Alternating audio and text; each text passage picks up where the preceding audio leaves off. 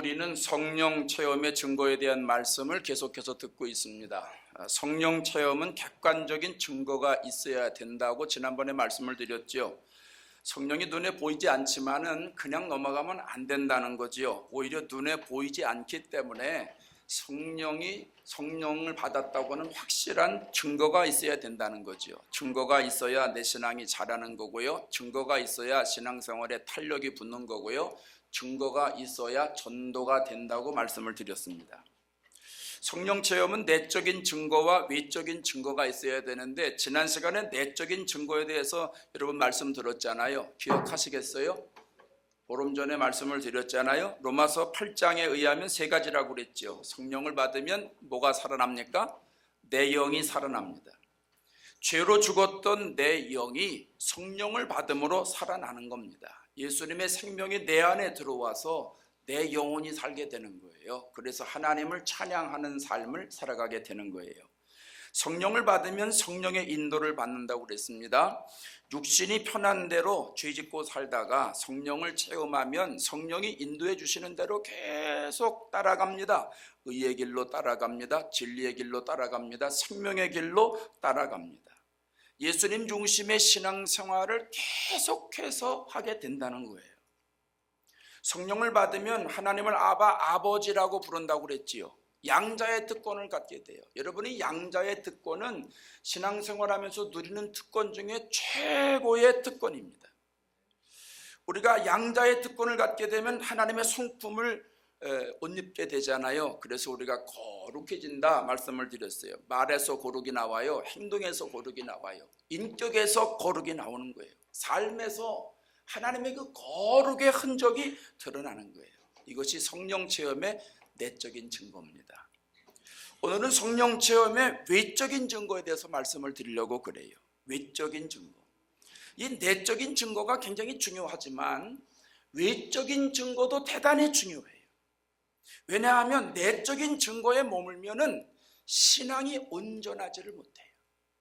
내적인 증거로 충만하고 만족하게 되면 더 이상 신앙이 성장할 수가 없는 거예요.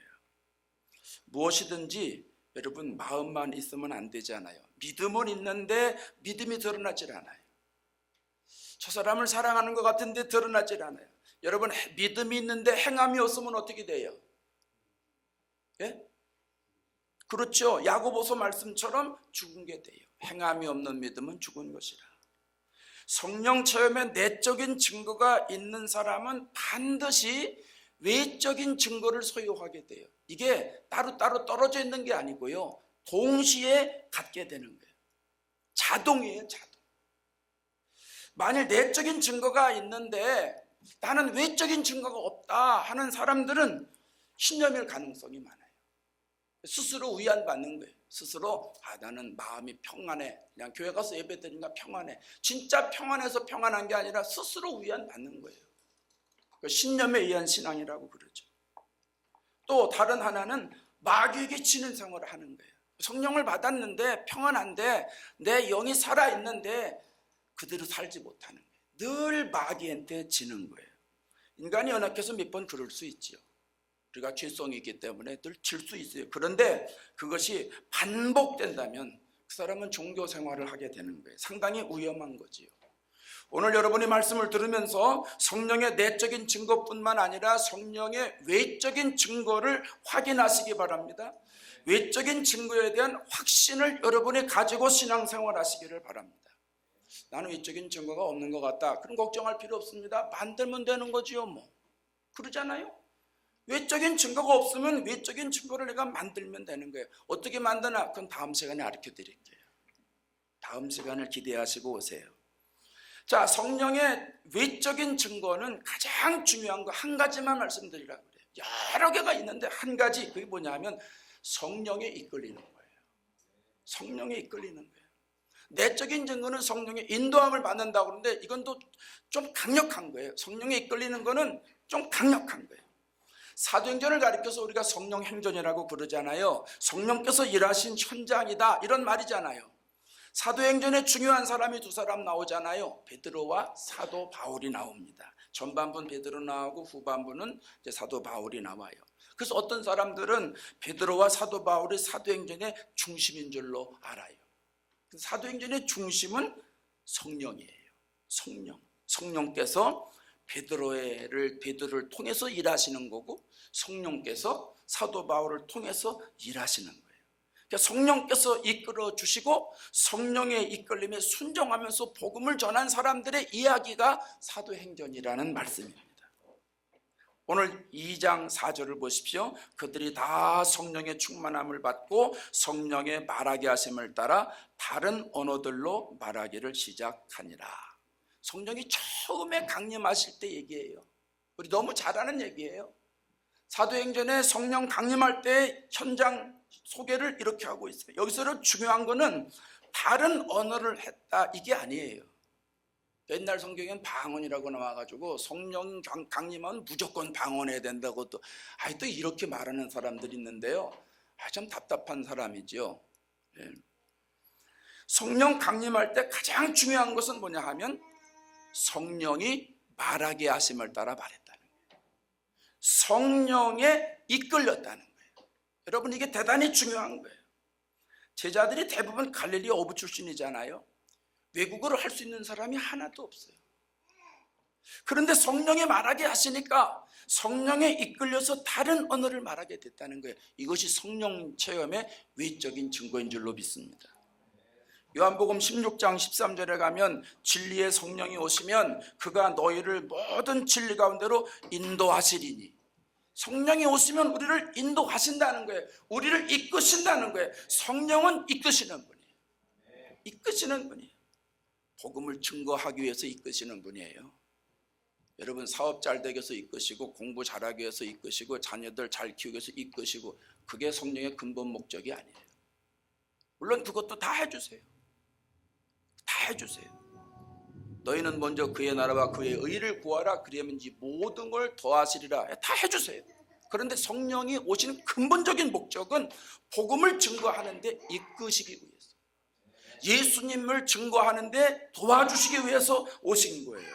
그래서 이렇게 말할 수 있어요. 성령은 이끄시는 분이고 제자들은 성령에 이끌렸던 사람들이다. 한번 해볼까요? 성령은 이끄시는 분이고 제자들은 성령에 이끌림 받았던 사람들이다. 다시 한번 합시다. 성령은 이끄시는 분이고 나는 성령에 이끌림 당하는 사람이다. 초대교회 보세요. 초대교회에 사도들이 성령에 이끌려서 생활하잖아요. 성령이 날마다 마음을 같이 하도록 이끄시는 거예요. 날마다 마음을 같이 하도록 계속 마음의 생각을 주시는 거예요. 그러니까 사도들이 계속 모입니다. 성령께서 기도하도록 계속 이끌어 주십니다. 여러분, 왜 우리도 기도하고 싶은 마음이 들 때 있어요, 없어요? 있잖아요. 그게 여러분 생각이에요? 성령이 주신 생각이에요? 성령의 생각이에요. 성령께서 사도들에게 또 초대교회 많은 사람들에게 계속 기도하도록 이끌어 주시니까 날마다 모여서 기도하는 거예요. 성령께서 전도하는 마음을 주시면서 계속 이끌어 주시니까 전도하는 거예요. 사도들이 복음을 전하니까 대제사장들이 방해하지 않습니까? 막 옥에 가두지 않습니까? 그런데 그날 밤에 주의 사자가 나타나서 말씀하는 거예요. 이게 성령이지요. 옥문을 열고 끌어내면서 뭐라 그래요? 가서 성전에 가서 생명의 말씀을 백성들에게 전하라는 거예요. 그래서 사도들이 성령에 이끌려서 새벽에 성전으로 가잖아요. 생명의 말씀을 가르칩니다. 안디옥 교회 선교사를 파송할 때 성령께서 말씀하세요. 내가 불러시키는 일을 위해서 바나바와 사울을 따로 세워라. 하나님 뜻이 있는 거예요. 따로 세우라는 거예요. 그러니까 성령에 이끌려서 온 교회가 금식하고 기도하면서 두 사람에게 안수해서 보냅니다. 성령에 이끌려서 하는 거예요. 사도 바울이 아시아에서 복음을 전하는데 성령께서 이제 더 이상 전하지 못하도록 막으시는 거예요. 환상족의 마게도냐 사람 하나가 손짓을 하면서 와서 우리를 도우라는 거예요. 와서 우리를 도우라. 사도 바울이 금방 깨달아요. 아, 성령의 이끄심이로구나. 그래서 마게도냐 가서 복음을 증거합니다. 여러분, 성령 체험의 외적인 증거는 성령에 이끌리는 거예요.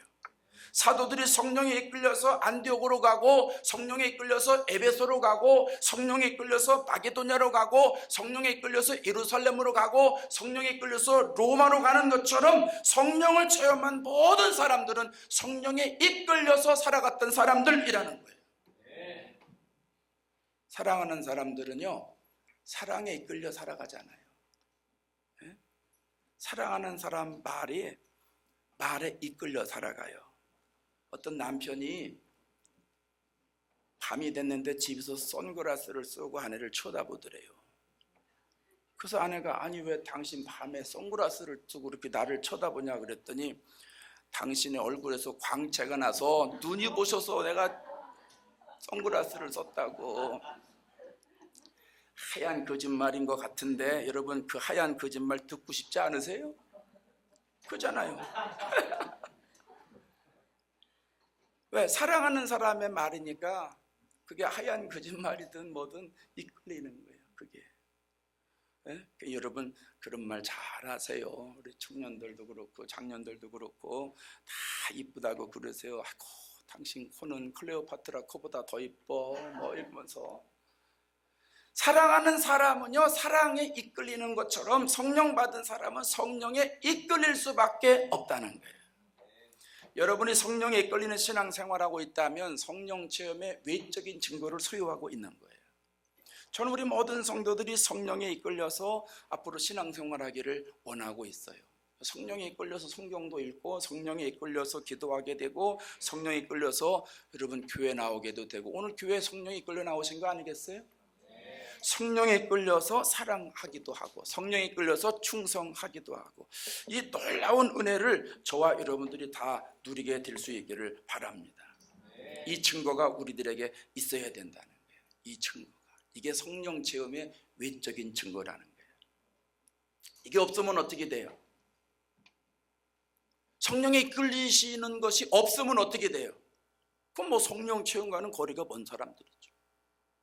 간단하잖아요. 자, 여러분, 이쯤 되면 이제 고민되시는 분이 있습니다.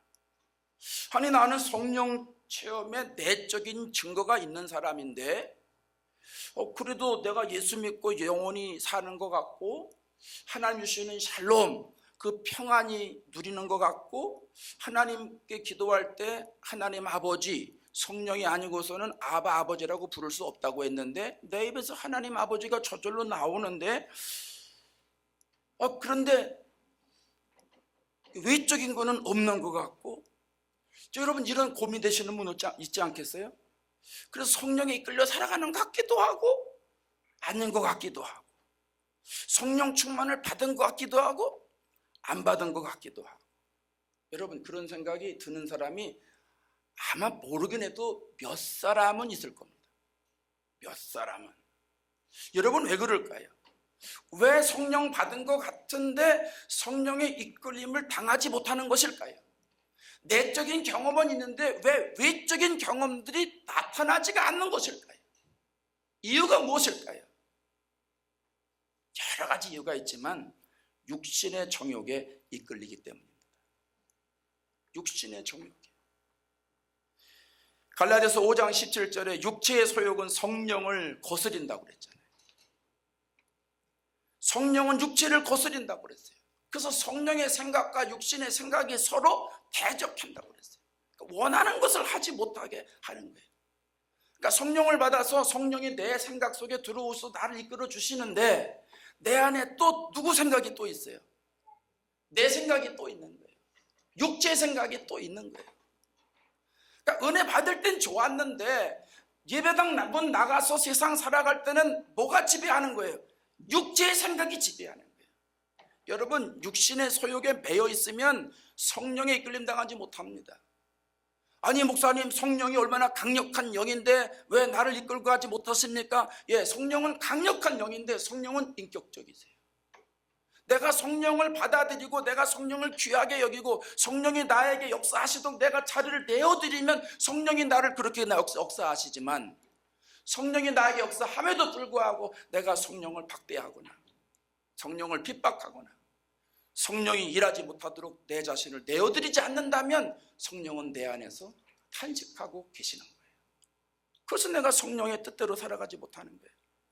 여러분 보세요. 육체의 소욕에 매여 있는 사람들은요 자꾸 편한 것만 생각하잖아요. 교회 일을 해도요 자꾸 재밌게만 하려고 그러지 성령의 역사, 은혜의 역사 이런 거는 거리가 멀어요. 그냥 재밌으면 되는 거예요. 교회 일도 재밌게 자꾸 편하게 자기 기쁘게 이런 사람들은 다 육체의 소욕에 매여 있는 사람이에요. 사람이 육신이요 참 그래요. 편한 거 무지 좋아하잖아요. 그잖아요? 여러분 안 좋아하십니까? 기도원 가서 있는데요 12시간 이상 앉아 있는데 좀 너무 힘들어. 너무 힘들어요. 좀 편했으면 좋겠다. 의자에 앉았으면 좋겠다. 생각해보세요. 의자에 12시간 앉아 있어도 너무 힘들어. 좀 누워서 들었으면 좋겠다. 그러지 않겠습니까? 편한 거는요 어떤 게 편한 줄 아세요? 서 있는 저보다 앉아있는 여러분이 더 편하시잖아. 그죠?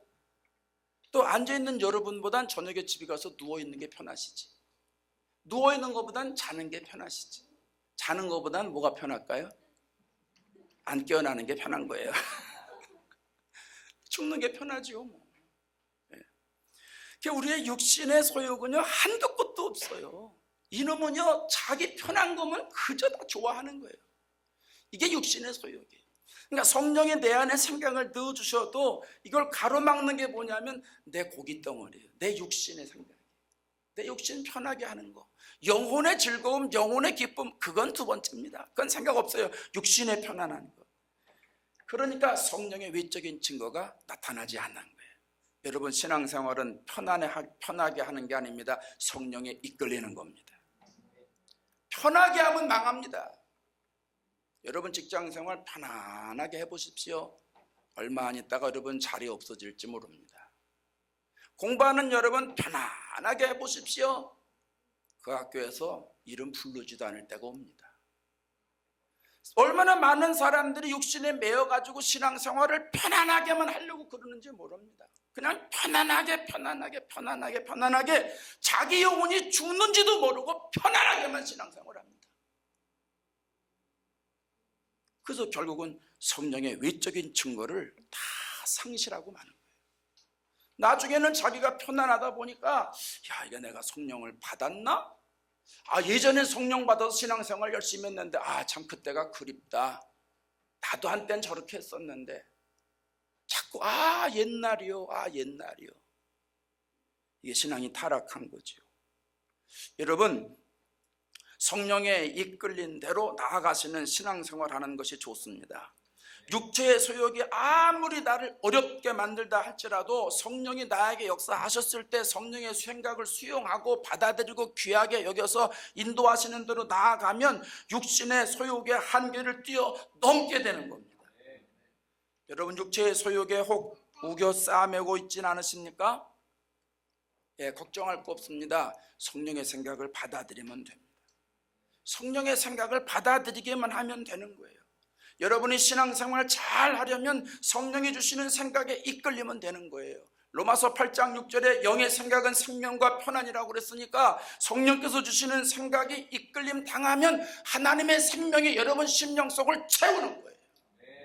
성령에 이끌려서 하나님의 역사를 내 눈으로 직접 보게 되는 거예요. 사도들이 성령의 생각에 이끌리니까 하나님이 일하시는 현장을 보지 않습니까?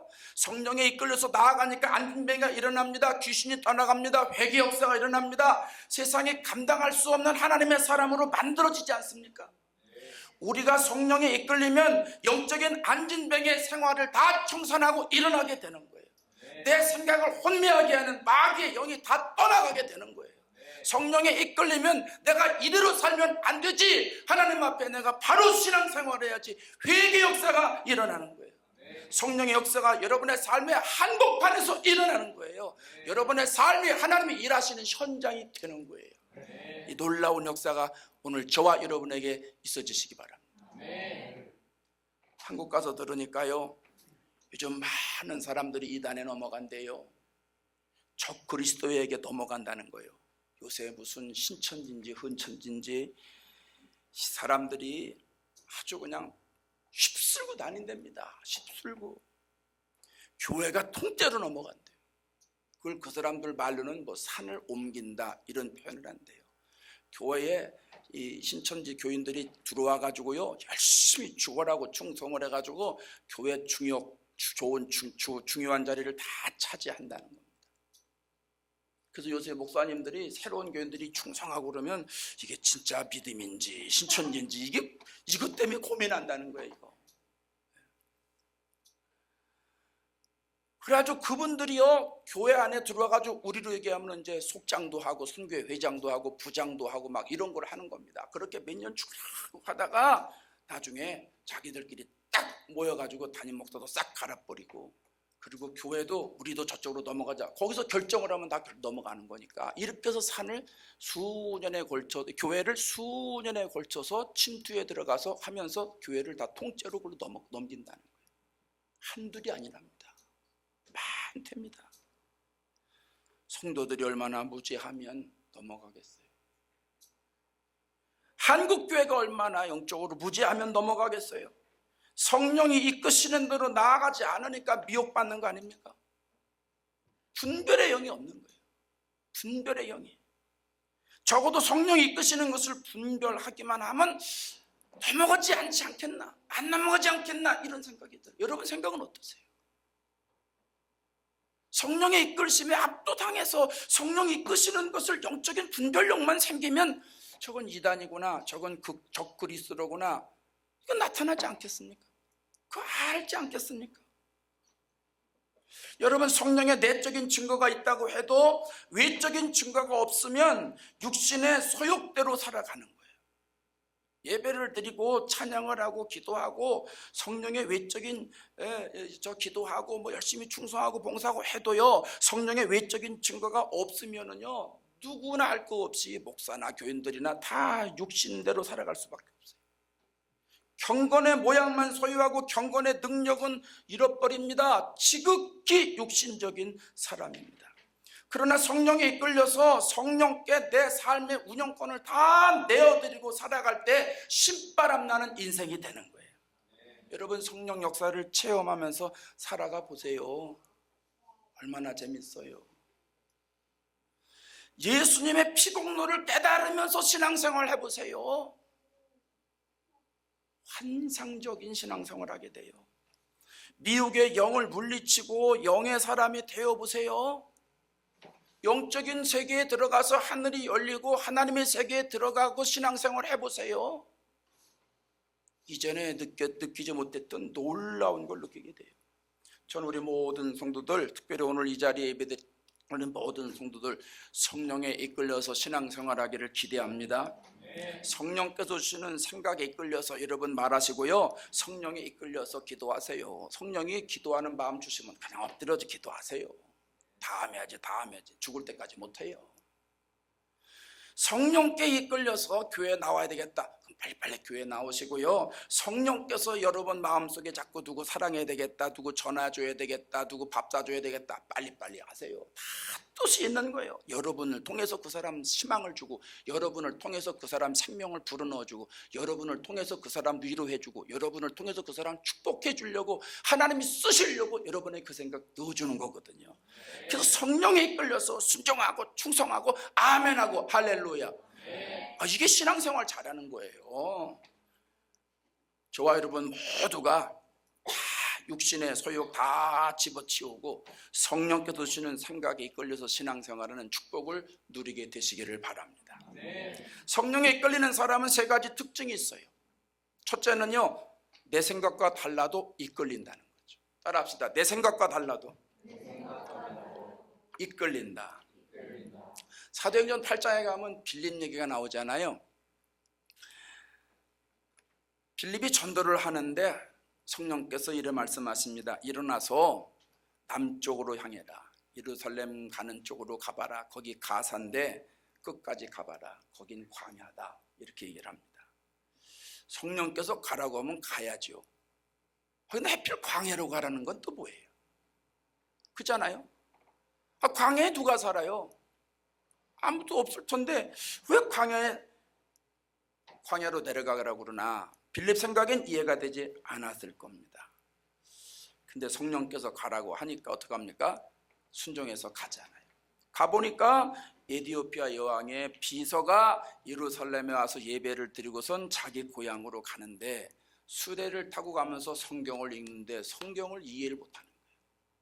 여러분, 우리도 성경을 읽지만 성경을 많이 읽는다고 이게 뭐 다 수는 아니에요.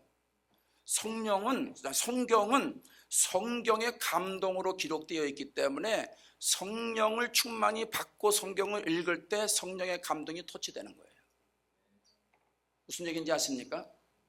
다시 한번, 성경은 성령의 감동으로 기록됐기 때문에 여러분이 평상시에 아무 생각 없이 그냥 성경을 읽는 거하고 성령 충만했을 때, 은혜 받았을 때 성경을 읽는 거하고는 격이 다르다는 거예요.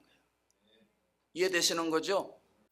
자, 성경을 에디오피아 내시의 비서가 읽는데 이해를 못해요. 그러니까 하나님이 보내시는 거예요, 빌립을. 그래서 빌립을 통해서 가서 깨닫게 해주시고 성경이 깨달아지니까 마음이 뜨겁잖아요. 그래서 세례를 줘서 에디오피아를 보내잖아요. 베드로가 호라의 기도 시간에 하늘이 열리면서 환상을 봅니다. 큰 보자기 같은 것이 내려오는데 네구퉁이에 다 이렇게 끈이 달려가지고 딱 내려오는데 그 속에 보면은요 아주 불결한 것들이 남아있는 거예요. 네 발 달린 짐승, 땅에 기어다니는 거, 공중의 새. 그러면서 뭐라고 그러냐면 베드로야 잡아먹어라, 잡아먹어라. 베드로 생각에는요 이걸 어떻게 잡아먹어요? 율법에 이건 부정한 짐승이거든요. 그래서 베드로가 뭐라고 그럽니까? 저는 부정한 것 한 번도 먹은 적이 없습니다. 안 먹겠습니다, 이 얘기입니다. 근데 다시 음성이 들리는 거예요. 하나님이 깨끗하게 하신 것을 왜 네가 깨끗하지 않다고 그러느냐? 계속 3번이나 이런 일이 있은 이후에 다시 하늘로 올라갔어요.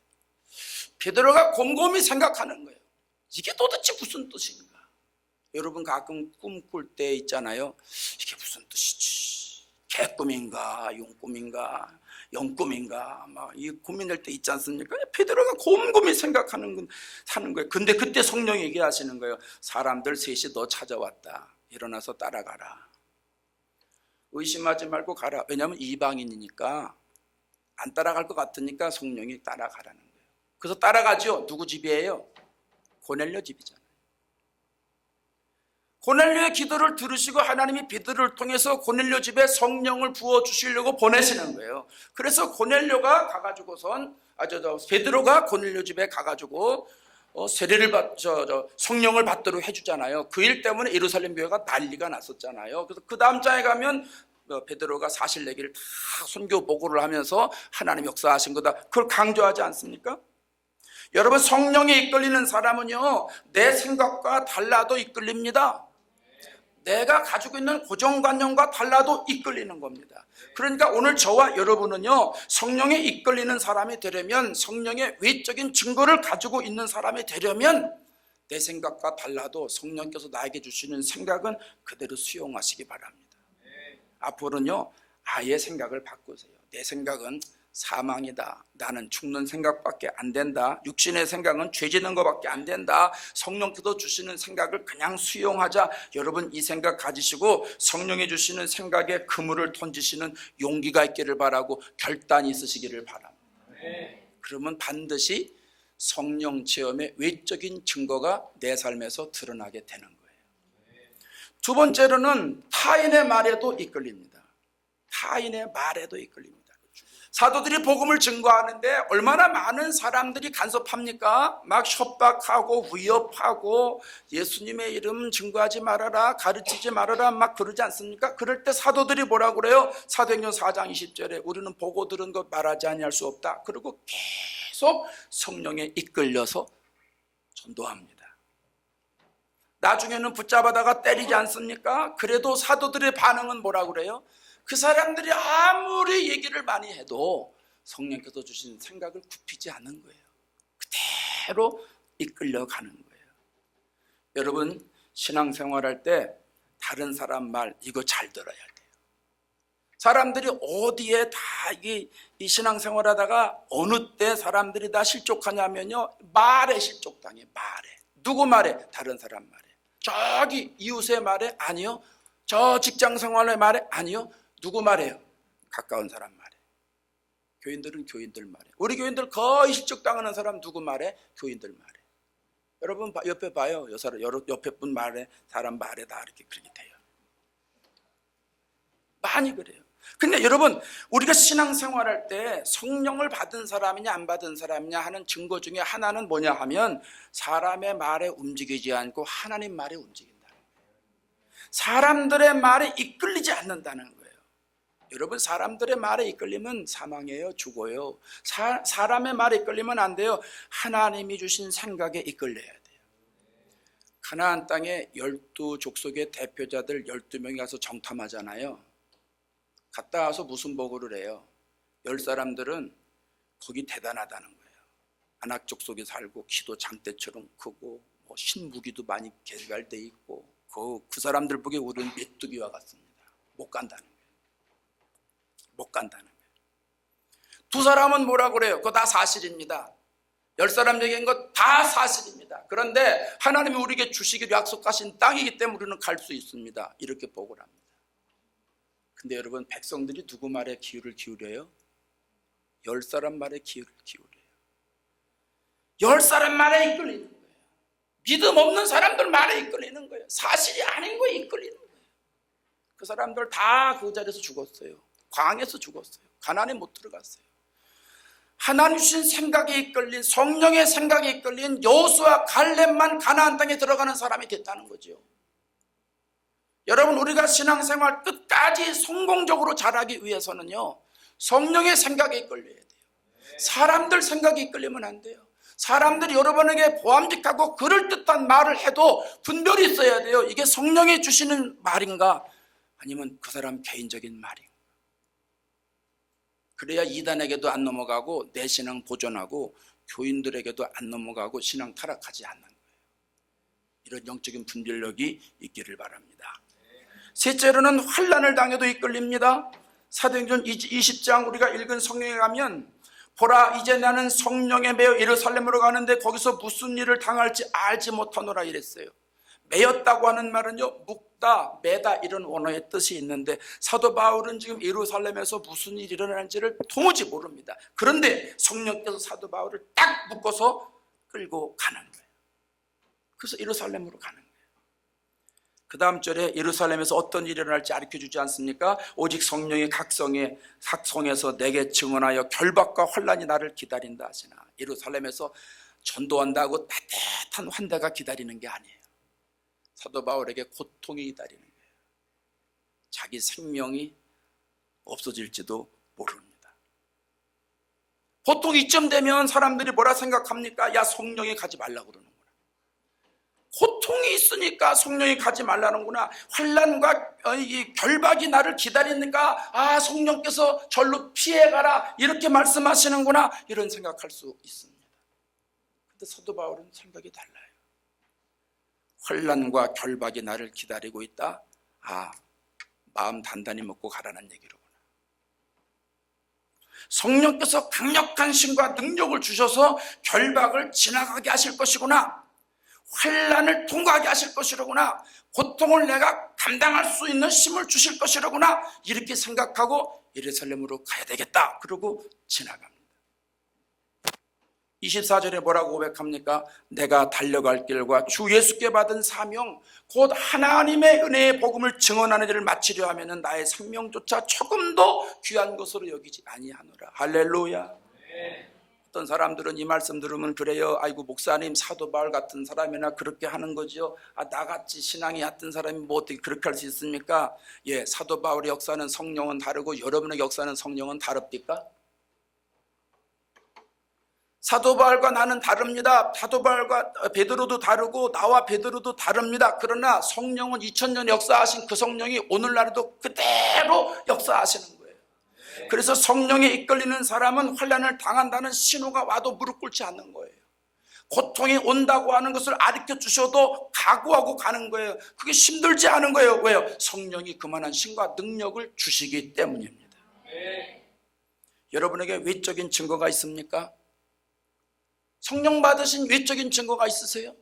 나는 성령을 체험했다고 하는 내적인 증거와 외적인 증거가 있으시냐는 거예요. 있으실 겁니다. 없으신 분도 있을 겁니다. 걱정하지 마십시오. 있는 분들은 계속해서 성령의 인도함을 받으면서 여러분의 살면서 성령 체험의 외적인 증거를 계속 드러내면서 신앙생활을 하시기를 바라고, 없는 분들은 이제부터 성령이 이끄는 대로 신앙생활에서 나에게서 성령 체험의 외적인 증거를 만들어내면 되는 거예요. 걱정할 거 하나도 없어요. 문제는 이것도 아니고 저것도 아니고 내 맘대로 내 편한 대로 육신의 소욕대로 신앙생활 한다고 하는 게 그게 문제죠. 여러분 중에 그런 마음 가진 분은 한 분도 없으실 것이라 믿습니다. 사랑하는 여러분, 예수 믿으면 성령은 반드시 받습니다. 누구나 다 받습니다. 예수 믿음과 동시에 성령이 내주하고 계시는 거예요. 내가 예수님을 마음으로 고백하고 영접할 때 성령은 내 안에 좌정하시는 거예요. 나에게 들어오셔서 나를 이끌어 주시는 거예요.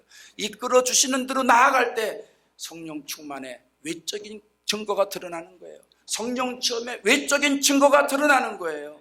성령의 이끄시는 대로 신앙생활을 하셔서 성령의 내적인 증거뿐만 아니라 성령 체험의 외적인 증거도 소유하셔서 주님의 이름을 드높이시며 승리하시는 한 주간 되시기를 주의 이름으로 축원합니다. 기도합니다.